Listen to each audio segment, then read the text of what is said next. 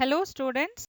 In this session, we will be discussing about the concept of transfer to reserves. So, what is a reserve? Reserve refers to the amount that is set aside out of the profits and other surpluses to meet future uncertainties. In, in other words, in other words, a reserve is meant for meeting any sort of a unknown liability or loss which might occur in the future. So it is not certain thing which can happen or which will happen. It is an uncertainty. It the incidents can happen or it may not happen. So it is not created by debiting to the profit and loss account but via profit and loss appropriation account. It can be used for allocation as dividends among the shareholder. What are the different kinds of reserves which a company can have? There are four kinds of reserves. Example, dividend equalization reserve, debenture redemption reserves, contingency reserves, and capital redemption reserves. Companies must transfer to reserve a part of their profits after tax not exceeding 10%. The government has promulgated the following rules relating to the transfer of reserves which has to be followed by every company in order to maintain their reserves as per law. First rule being, where the dividend proposed exceeds 10% but not 12.5% of the paid up capital, the amount to be transferred to the reserves shall not be less than 2.5% of the current year profits. The second rule is, when the dividend proposed exceeds 12.5% but not 15%, that is when it falls between the bracket of 12.5% and 15% of the paid up capital, the amount to be transferred to the reserves shall not be less than 5% of the current year profits.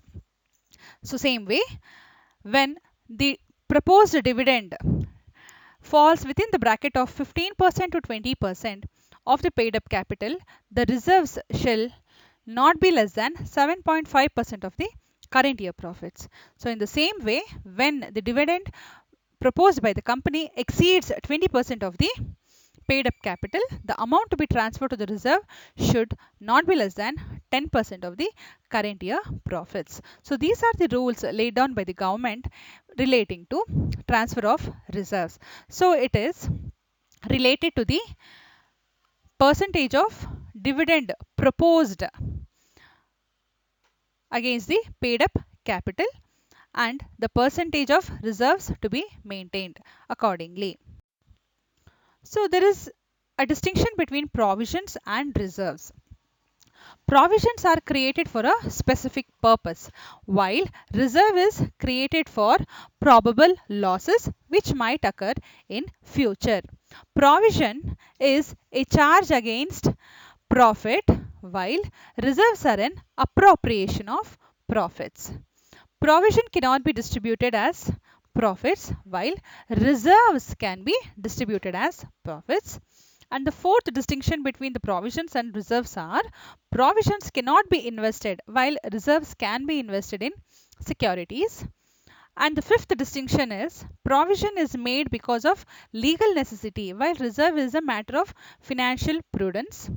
So there is no as such legal necessity to maintain reserves. There are only guidelines which have to be followed by the company.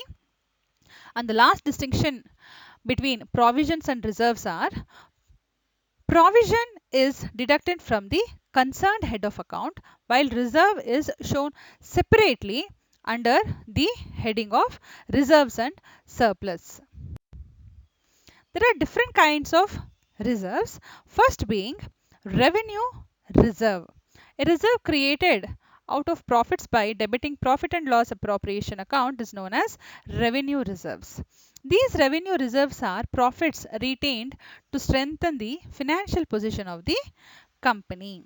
So revenue reserves can be of two types, that is one being general reserve, which is created by setting aside a portion of the profit every year for a unforeseen contingency. And the other type of revenue reserve which can be maintained is specific reserve. This is a reserve which is created by setting aside a portion of the profit for a specific purpose.